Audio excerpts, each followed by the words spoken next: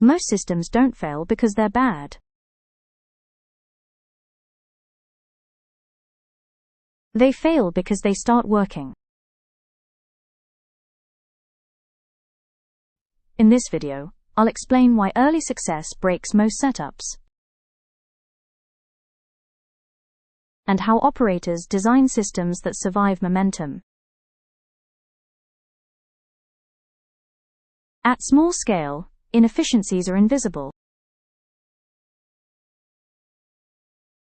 Volume is low. Complexity is manageable. Then momentum arrives, and everything that was hidden becomes critical. Early success feels like validation.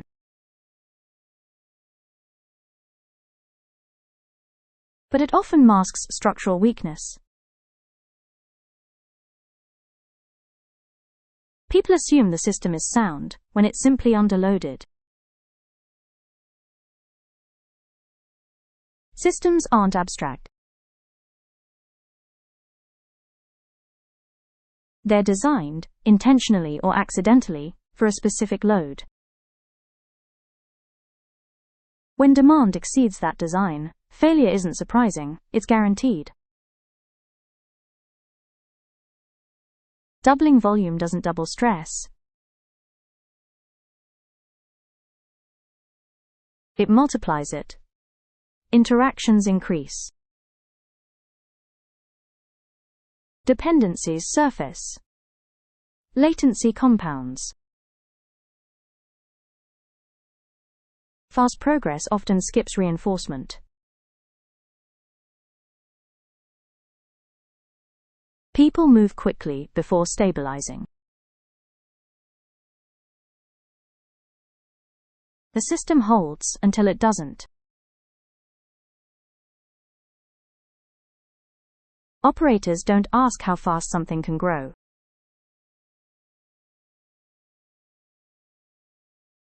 They ask how it fails under pressure.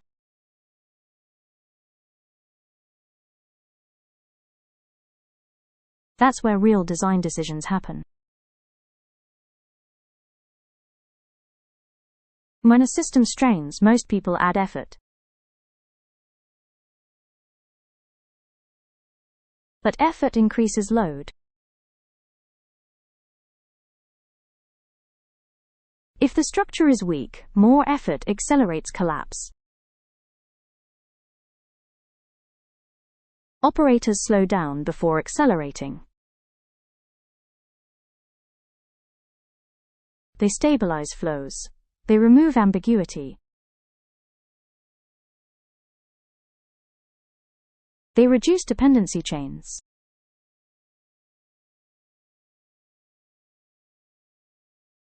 Buffers absorb volatility. Without them, small shocks ripple into failure. Lean systems without slack are fragile systems.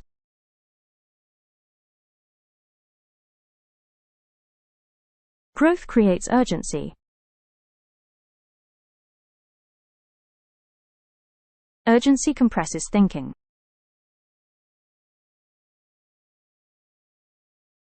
People rush to scale what they don't fully understand. Operators track a small number of variables. Not activity. Not volume. But stress points and throughput consistency. Systems that survive growth are designed one level ahead. Not perfect, but resilient enough to adapt. Most systems collapse when they start working. Operators expect that moment and design for it. That's why their growth looks controlled, not chaotic.